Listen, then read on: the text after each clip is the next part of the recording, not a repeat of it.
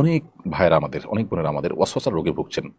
ওয়াসওয়াসার রোগটা খুবই ভয়ঙ্কর একটা রোগ, একজন মানুষকে মানসিকভাবে অনেক অসুস্থ করে দেয়। আজকে জুমার পরও আমার মসজিদে অনেক দূর থেকে একজন ভাই এসেছেন তার বাবা সহকারে। তিনি ভয়ঙ্কর ওয়াসওয়াসার রোগে ভুগছেন।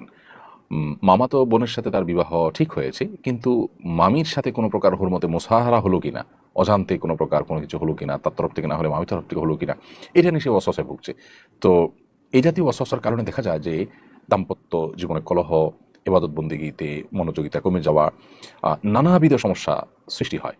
উজু করতে গিয়ে দেখা যায় 10 বার 20 বার হাত ধোয়া হচ্ছে এবং হাত মুখ ধোয়া হলো কিনা, শুকিয়ে থাকলো কিনা কোনো জায়গা, এই অহেতুক সংশয় এটা নিয়ে দেখা যায় যে 10 বার 20 বার 30 বার পর্যন্ত ধোয়ার কাজ করা হচ্ছে, এদিকে জামাত শেষ হয়ে যাচ্ছে। তো এই অস্বস্যগুলো শয়তান আমাদের মধ্যে সৃষ্টি করে, আমাদেরকে বিভ্রান্ত করার জন্য, আমাদেরকে ভালো কাজ থেকে দূরে সরাবার জন্য। এগুলোর জন্য দুটি করণীয় আমাদের আছে। প্রথমত, ভালো কোনো মানসিক ডাক্তার আমরা দেখাতে পারি। বিশেষ করে দিনদার যদি মানসিক ডাক্তার হয় তাহলে ভালো হয়।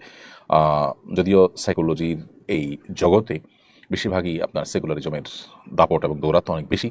দিনমুখী যারা আছেন তাদের এই সেক্টরে এগিয়ে আসা উচিত, কারণ এখন গোটা পৃথিবীতেই মানুষের যে সমস্ত সমস্যাগুলো দিন দিন বেড়ে চলেছে, এর মধ্যে সাইকোলজিক্যাল সমস্যা অনেক বেশি। সো এখানে ভালো কোনো সাইকিয়াট্রিস্ট, সাইকোলজিস্টের শরণাপন্ন হওয়া এটা একটা ব্যাপার। দ্বিতীয়ত হলো ভালো কোনো রাকির শরণাপন্ন হওয়া। সোশ্যাল মিডিয়াতে বা বিভিন্ন আপনার এতে প্লে স্টোর, অ্যাপ স্টোর, এগুলোতেই আপনি যদি ওয়াসওয়াসার রুকিয়া লিখে সার্চ দেন, তাহলে হয়তো আপনি অনেক রুকিয়ার অ্যাডভাইস পাবেন, সেটাকে আপনি অনুসরণ বা ফলো করতে পারেন। অডিও বা ভিডিও পেলে সেগুলো আপনি মনোযোগের সাথে শুনতে পারেন। আমি আশা করি যে আপনি যদি ভালো মতো রুকিয়া করেন তাহলে ইনশাআল্লাহ আপনার এই ওয়াসওয়াসার সমস্যা কেটে যাবে। আর অনেক ভাইরা, অনেক বোনেরা এই সমস্যায় ভুগছেন এবং এটার কারণে তাদের জীবন অনেকটা ব্যাহত হচ্ছে। তৃতীয়ত আরেকটি সম্পূরক সমাধান বলতে চাই, সেটি হলো ওয়াসওয়াসা রোগের মূল ট্রিটমেন্ট হলো এটাকে ইগনোর করা। যিনি ওয়াসওয়াসা রোগে ভুগছেন তার এটা বোঝা উচিত এটা শয়তান আমাকে পেরেশান করবার জন্য করছে, অতএব এটাকে আমলে নেওয়া মানে হলো শয়তানের কাজটাকে ত্বরান্বিত করা এবং সহজতর করা। ওয়াসওয়াসা দিয়ে শরীয়তের কোনো কিছু সাব্যস্ত হয় না। সো আমাকে 3 বার হাত ধোয়ার কথা নবী সাল্লাল্লাহু আলাইহি ওয়াসাল্লাম নির্দেশ করেছেন ওযুর জন্য। আমি 3 বার হাত ধোবো, এরপরে শুকনা আছে কিনা এটা আমার দায় নেই, এটা রাসূল আকরাম সাল্লাল্লাহু আলাইহি ওয়াসাল্লামের বিষয়। পেশাব করার পর অহেতুক ওয়াসওয়াসা যে ফোঁটা আসলো কিনা, আরও আরেকটা ফোঁটা বের হলো কিনা, এগুলো দূর করবার জন্য নবী সাল্লাল্লাহু আলাইহি ওয়াসাল্লাম নিজে বলেছেন যে ভেজা হাত আপনার কাপড়ের উপর দিয়ে মারার জন্য, যাতে করে কোনো প্রকার ওয়াসওয়াসার কারণে আপনি পেরেশান হওয়ার সুযোগই না থাকে। কারণ আপনি দেখবেন যে সব পানির ফোঁটা, আমি তো পানি একটু আগে মেরেছি, হয়তো এগুলো পানির ফোঁটা। সো কোনো কিছু উজু করতে গিয়ে একটু পানি দেখলাম আর এটা পেশাব বের হলো কিনা, এটা নিয়ে আমি হয়তো পেরেশানিতে পড়ে গেলাম, আবার কাপড় পাল্টাপাল্টিতে চলে গেলাম, এদিকে জামাত শেষ হয়ে গেল।